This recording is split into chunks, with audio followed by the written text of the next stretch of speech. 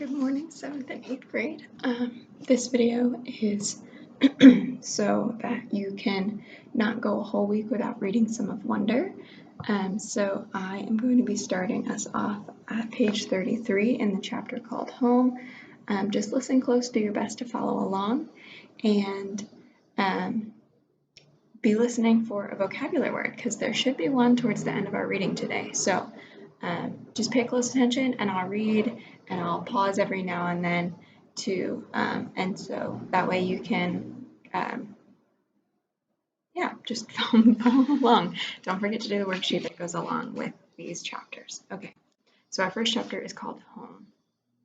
Oh, before I start reading, let's remember what just happened, right? August and Mom went to go to the school for the first time and kind of meet some kids and explore, and we found out that one of them is maybe not so nice, and the other two seemed like pretty nice. And yeah, so far we don't really know how August feels about school yet, right? But we do know that he was nervous to go. So let's see how things continue. All right, this chapter is called Home.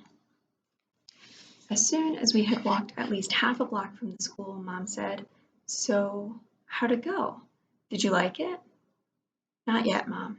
When we get home," I said. The moment we got inside the house, I ran to my room and threw myself onto my bed. I could tell Mom didn't know what was up, and I guess I really didn't either. I felt very sad and a tiny bit happy at the exact same time, kind of like that laughing, crying feeling all over again. I'm going to pause there. I kind of know what August means when he says that very sad and a tiny bit happy feeling. I felt that way sometimes before. You don't really feel one way or the other, not totally sad and not totally happy. It's kind of that confusing in-between stage. Let's keep reading. My dog Daisy followed me into the room, jumped on the bed, and started licking me all over my face. "Who's a good girl?" I said in my best dad voice. "Who's a good girl?" "Is everything okay, sweetness?" Mom said. She wanted to sit down beside me, but Daisy was hogging the bed. "Excuse me, Daisy." She sat down, nudging Daisy over. "Were those kids not nice to you, Augie?" "Oh, no," I said, only half lying. "They were okay." "But were they nice? Mr. Tushman went out of his way to tell me what sweet kids they are." "Uh-huh," I nodded, but I kept looking at Daisy and kissing her on the nose and rubbing her ear until her back leg did that little flea scratch shake. "That boy Julian seemed especially nice," Mom said. "Oh, no. He was the least nice. I liked Jack, though. He was nice. I thought his name was Jack Will, but it's just Jack." Wait, maybe I'm getting them confused. Which one was the one with the dark hair that was brushed forward? Julian. And he wasn't nice? No, not nice. Oh, she thought about this for a second. Okay, so is he the kind of kid who's one way in front of grown-ups and another way in front of kids? Yeah, I guess. Ah, I hate those, she answered, nodding. He was like, "So August, what's the deal with your face?" I said, looking at Daisy the whole time. "Were you in a fire or something?" Mom didn't say anything. When I looked up at her, I could tell she was completely shocked. "He didn't say it in a mean way," I said quickly. "He was just asking." Mom nodded. "But I really like Jack," I said. "He was like, 'Shut up, Julian.' And Charlotte was like, 'Yeah, so rude, Julian.'" Mom nodded again. She pressed her fingers on her forehead like she was pushing against a headache. "I'm so sorry, Augie," she said quietly. Her cheeks were bright red. "No, it's okay, Mom, really. You don't have to go to school if you don't want, sweetie." "I want to," I said. "Augie?" "Really, Mom, I want to." And I wasn't lying. All right, that was the end of our chapter called Home. I'm pretty impressed by Augie. That's very brave of him to want to go back to school after how mean Julian was, don't you think? I don't know that I would want to go to school if people were that mean. But I guess it does help that he has friends like Jack and Charlotte on his side who won't be mean to him. So, makes me wonder how the rest of school goes when he meets the kids who maybe aren't as nice as what Mr. Tushman thought, right? Let's keep reading. This next chapter is called First Day Jitters. And if you've never heard the word jitter before, it kind of means like you're shaking with anxiousness or with nervousness, right? Like you can't sit still because you've got all this energy or all of this excitement or nervousness. So, first day jitters. Okay, so I admit that the first day of school, I was so nervous that the butterflies in my stomach were more like pigeons flying around in my insides. Mom and Dad were probably a little nervous too, but they acted all excited for me, taking pictures of me and Via before we left the house since it was Via's first day of school too. Okay, let's pause real quick. I don't know if you've ever heard the expression butterflies in your stomach before, but that's just a way of saying, you know how sometimes when you get nervous, you get those like, it feels like your stomach's not sitting still and there's just like all this energy and it's kind of right there in your stomach. In English, we say butterflies in your stomach. But if August is saying that his butterflies feel more like pigeons, then that means he's really nervous, right? Like his stomach is really not still because he's just so nervous. So butterflies in your stomach, pigeons in your stomach. That's just a fun little expression. So let's keep reading and see what happens next. Up until a few days before, we still weren't sure I was going to be going to school at all. After my tour at the school, Mom and Dad had reversed sides on whether I should go or not. Mom was now the one saying I shouldn't go, and Dad was saying I should. Dad had told me he was really proud of how I'd handled myself with Julian, and that I was turning into quite the strong man. And I heard him tell Mom that he now thought she had been right all along. But Mom, I could tell, wasn't so sure anymore. When Dad told her that he and Via wanted to walk me to school today too, since it was on the way to the subway station, Mom seemed relieved that we would all be going together. And I guess I was too. Even though Beecher Prep is just a few blocks from our house, I've only been on that block a couple of times before. In general, I try to avoid blocks where there are lots of kids roaming around. On our block, everybody knows me and I know everybody. I know every brick and every tree trunk and every crack in the sidewalk. I know Mrs. Grimaldi, the lady who's always sitting by her window, and the old guy who walks up and down the street whistling like a bird.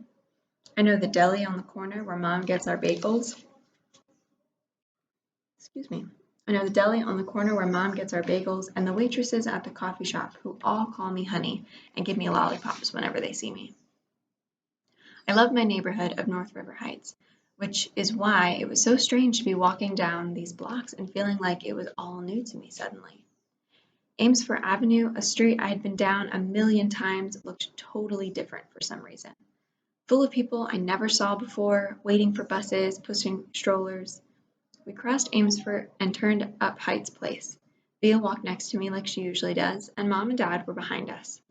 As soon as we turned the corner, I saw all the kids in front of the school.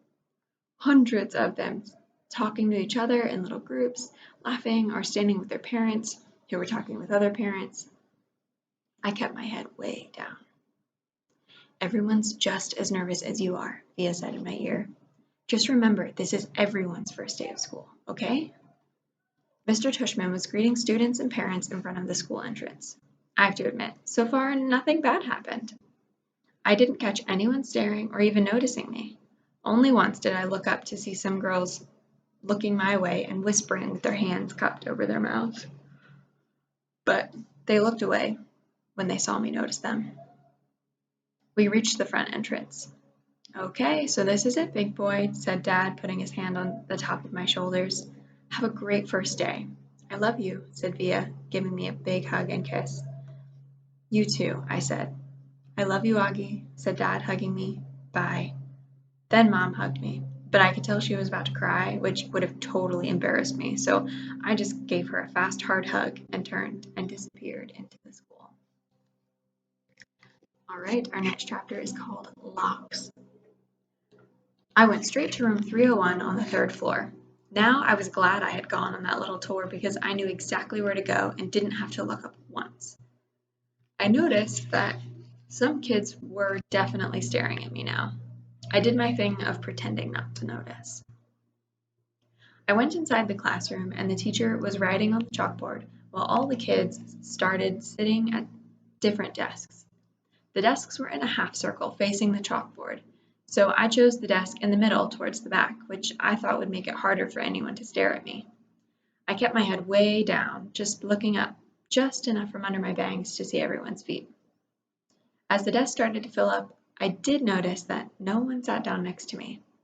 A couple of times, someone was about to sit next to me and then changed his or her mind at the last minute and sat down somewhere else. "Hey, August." It was Charlotte, giving me her little wave as she sat down at a desk at the front of the class.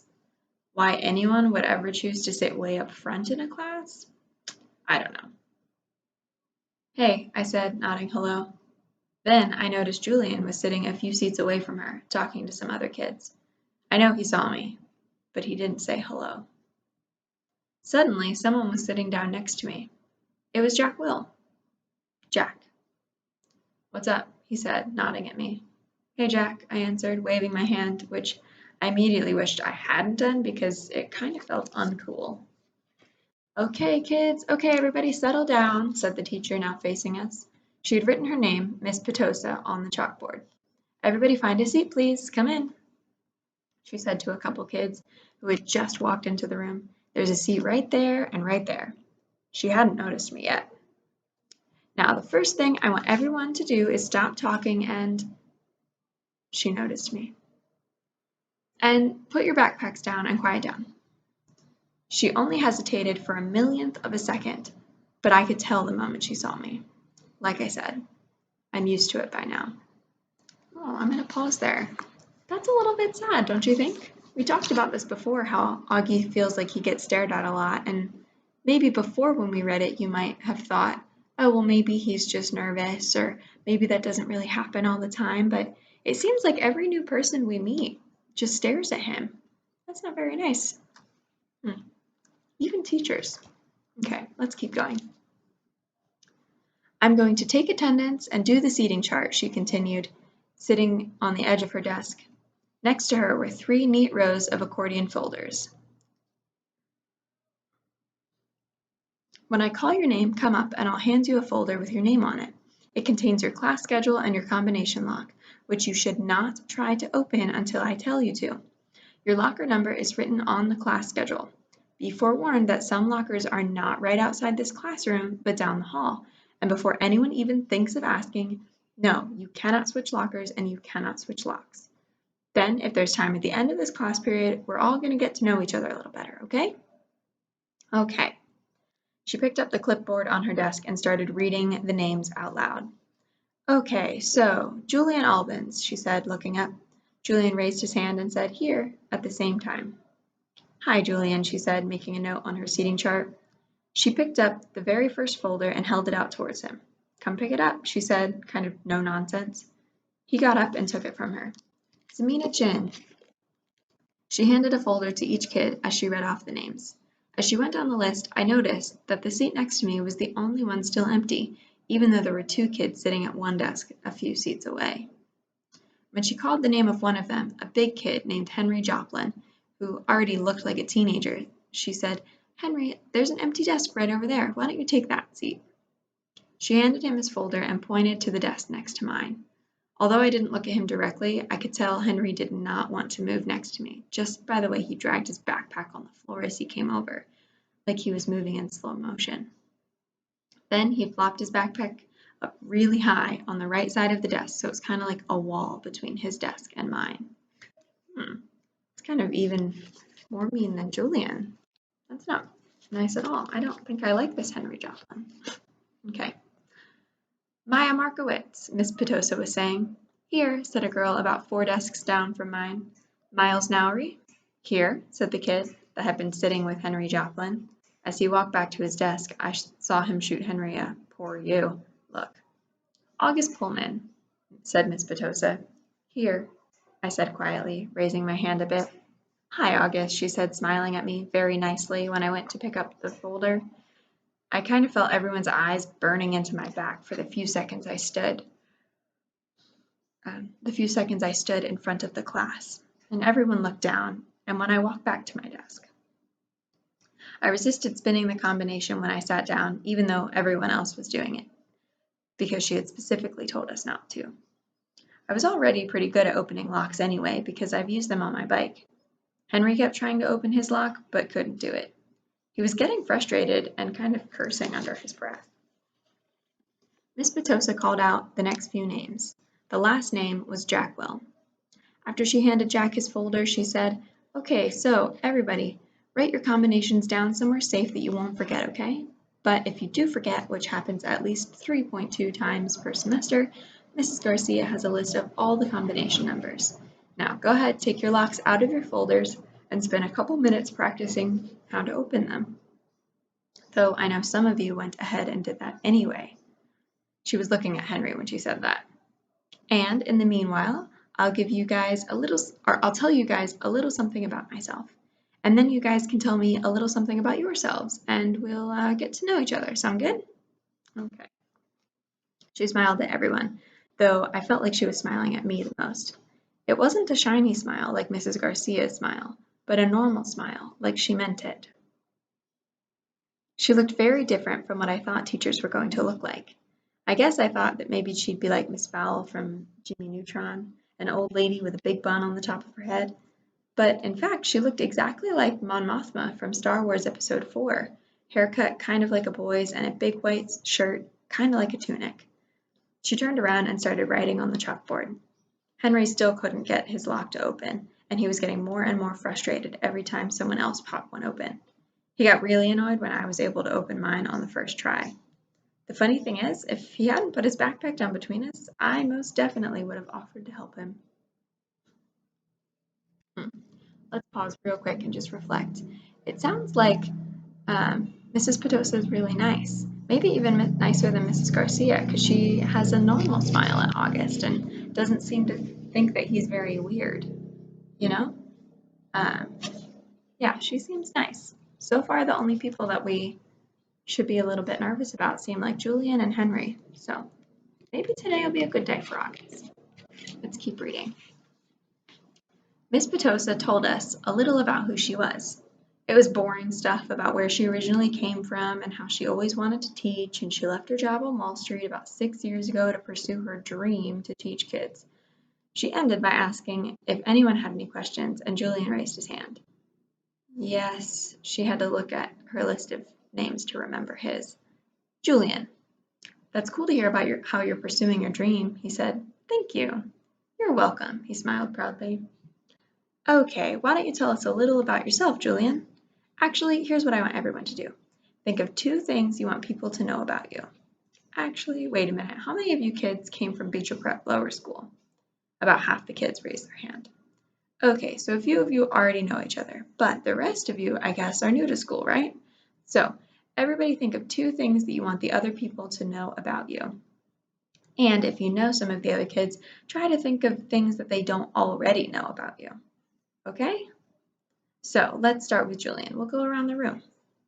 Julian scrunched up his face and started tapping his forehead like he was thinking really hard. "All right, whenever you're ready," Miss Petosa said. "Okay, so number 1 is that do me a favor and start with your names, okay?" Miss Petosa interrupted. "It'll help me remember everyone." Oh, okay. So my name is Julian, and the number 1 thing I'd like to tell everyone about myself is that I just got Battleground Mystic for my Wii, and it's totally awesome. And the number 2 thing is that we got a ping pong table this summer. Very nice, said Miss Petosa. I love ping pong. Does anyone have questions for Julian?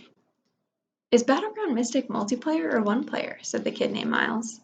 Not those kind of questions, guys, said Miss Petosa. Okay, so how about you? She pointed at Charlotte, probably because her desk was closest to the front. Oh, sure. Charlotte didn't hesitate for even a second, like she knew exactly what she wanted to say. My name is Charlotte. I have 2 sisters, and we just got a puppy named Suki in July. We got her from an animal shelter, and she's so cute. That's great, Charlotte. Thank you, said Miss Petosa. Okay, then, who's next? Okay, we've got a couple more. Maybe we'll read 2 more chapters. So this next chapter is called Lamb to the Slaughter. And if you remember, we've heard that phrase before. We heard it back a couple chapters ago when Dad was talking about August and saying that him going to school would be like a lamb to the slaughter. So let's figure out what August has to say about that. So, lamb to the slaughter. Quote, like a lamb to the slaughter. Something that you say about someone who goes somewhere calmly, not knowing that something unpleasant is going to happen to them. End quote. I Googled it last night. That's what I was thinking when Miss Petosa called my name, and suddenly it was my turn to talk. So that means that this is, remember, if we think back to similes and metaphors, which are on our vocab sheet, this would be a simile because it says like a lamb to the slaughter. So it's like, so like or as, so it's a simile. And if August is feeling like a lamb to the slaughter, then maybe he's thinking to himself, well, I came to school pretty calm, but maybe something bad's going to happen now, right? He must be really nervous. Let's keep reading and see what happens. My name is August, I said, and yeah, I kind of mumbled it. What? Said someone. Can you speak up, honey? Said Miss Petosa. My name is August, I said louder, forcing myself to look up. I have a sister named Via and a dog named Daisy, and that's it. Wonderful, said Miss Petosa. Anyone have any questions for August? No one said anything. Okay, you're next, said Miss Petosa to Jack. Wait, I have a question for August, said Julian, raising his hand. Why do you have that tiny braid at the back of your hair? Is that like a Padawan thing? Yeah, I shrugged nodded. What's a Padawan thing? said Miss Petosa, smiling at me. It's from Star Wars, answered Julian. A Padawan is a Jedi apprentice. Oh, interesting, answered Miss Petosa, looking at me. So are you into Star Wars, August? I guess, I nodded, not looking up because what I really wanted was just to slide under the desk and hide. Who's your favorite character? Julian asked. I started thinking maybe he wasn't so bad. Jango Fett. What about Darth Sidious? He said. Do you like him? Okay, guys, you can talk about Star Wars stuff at recess, Miss Petosa said cheerfully, but let's keep going. We haven't heard from you yet, she said to Jack. Now it was Jack's turn to talk, but I admit I didn't hear a word he said. Maybe no one got the Darth Sidious thing, and maybe Julian didn't mean anything at all. But in Star Wars Episode 3, Revenge of the Sith, Darth Sidious's face gets burned by Sith lightning and becomes totally deformed. His skin gets all shriveled up and his whole face just kind of melts. I peeked at Julian, and he was looking at me. Yeah, he knew what he was saying. Wow. Julian is not very nice. Yeah, just like Mom said, he seems to be one way in front of adults and another way to kids. That's really rude. Okay, we'll do one more chapter and then I'll let you guys go. So, this chapter is called Choose Kind.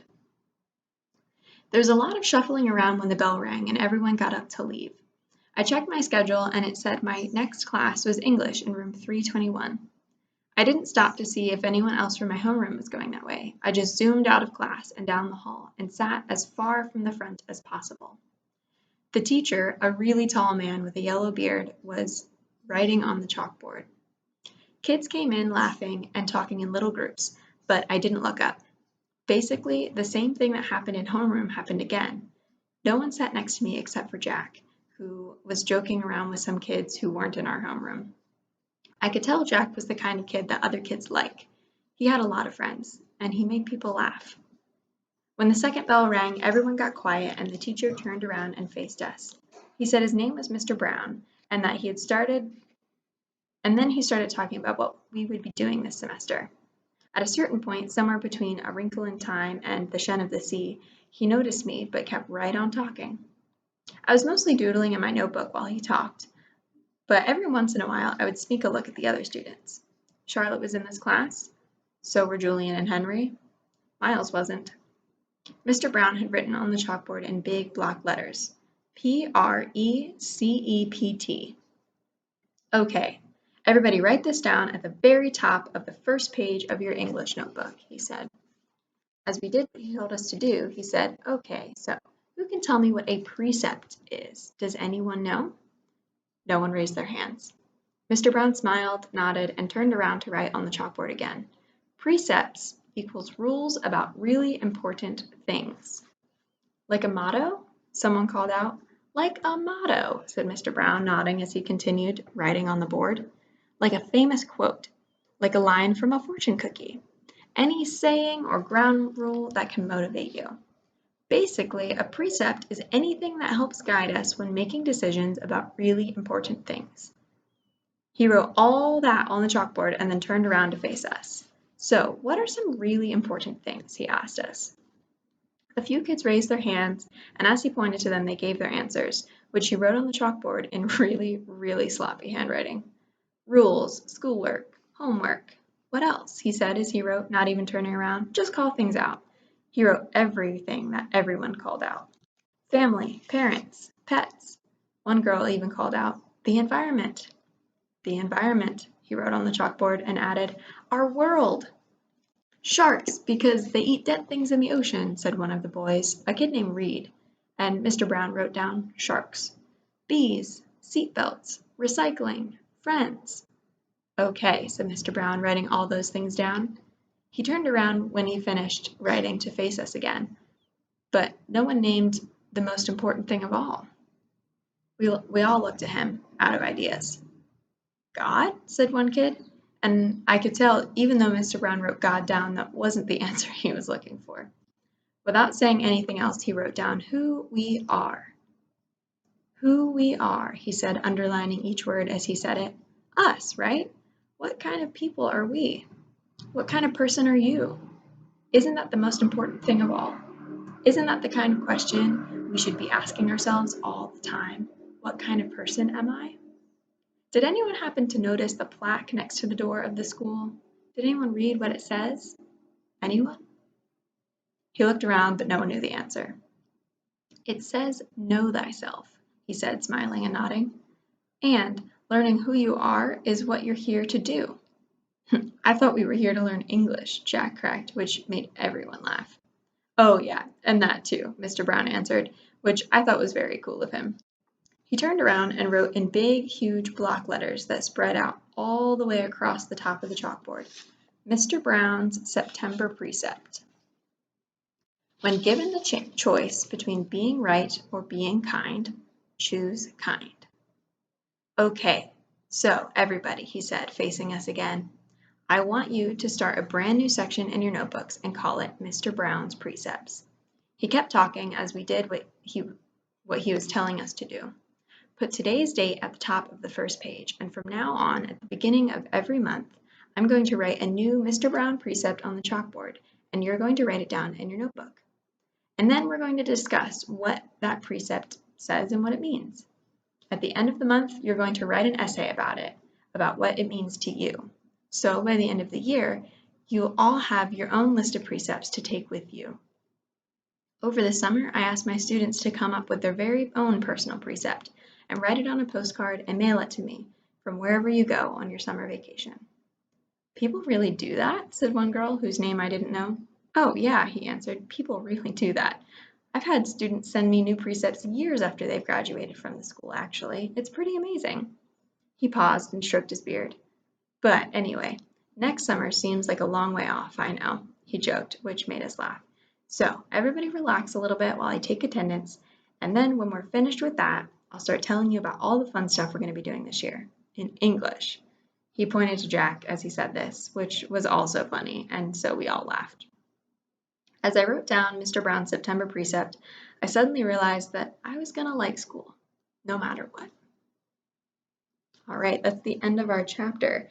I'm glad August isn't letting how mean Julian is and how mean some of the other kids are get to him. And it seems like a good rule. This precept, which by the way is one of your vocab words, you can rewind this video if you need the definition. Precept, it seems like Mr. Brown chose a really good one for the beginning of the year. When given the choice between being right or being kind, choose kind. Okay, so that's what we have to read for today. I hope you liked this.